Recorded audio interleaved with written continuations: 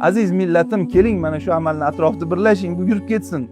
Katta bir fond bo'lsin, dunyoga saodat nurini sochadigan bir fond bo'lsin. Shuni niyat qilganmiz. Chunki o'zbekning shunaqangi qalbida quyosh nuri bor, mehr nuri bor. Uni faqatgina bunday artib changlarni, gardlarni uchirib yuborish kerak-da.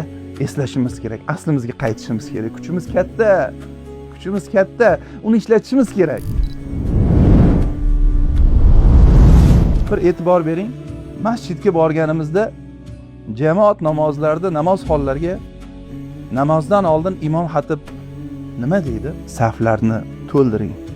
Oralarda ochiq joylar qolmasin. Diqqat bilan kuzatsangiz, namozxonlar o'zlari bilib oralardagi bo'sh joylarni to'ldirib olayotganlarni, saflar to'liq va bir tekisda turganini ko'rib yig'laysiz. Ana endi sizga savol. Nega? Nima uchun? Masjiddan tashqarida bilmaslikka olasiz. Hayollaringiz parishon, vazifalaringizga befarqsiz. Nega saflarni, turishingiz kerak bo'lgan joylarni to'ldirmayapsiz? Oralarimiz ochilib yotgani, saflarimiz buzilgani aniq bu axir. Eng yomoni masjiddagi o'sha to'liq jamoat bo'lib, hamma katta boshini kichik qilib, chinakam bir musulmon ummat bo'lib, boy ham, kambag'al ham bir safda o'z joylarida bir tekis Allohning amriga muvofiq rostlanib turgani uchun falonchiga pistonchiga emas, oddiy bir gunohkor banda ekanligi iqror bo'lib, hamma bir qatorda boshi egik turgani uchun u jamoatning har biriga bir emas, 27 daraja ko'paytirib ajr beriladi.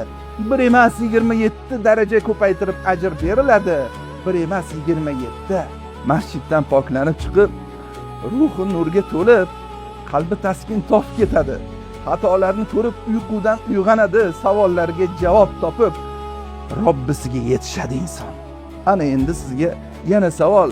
Masjiddan tashqaridagi turishimiz kerak bo'lgan saflardagi bo'sh qoldirgan joylarimiz uchun yutuqdamizmi yoki mag'lubiyatda g'olib bo'lamizmi yoki aksi?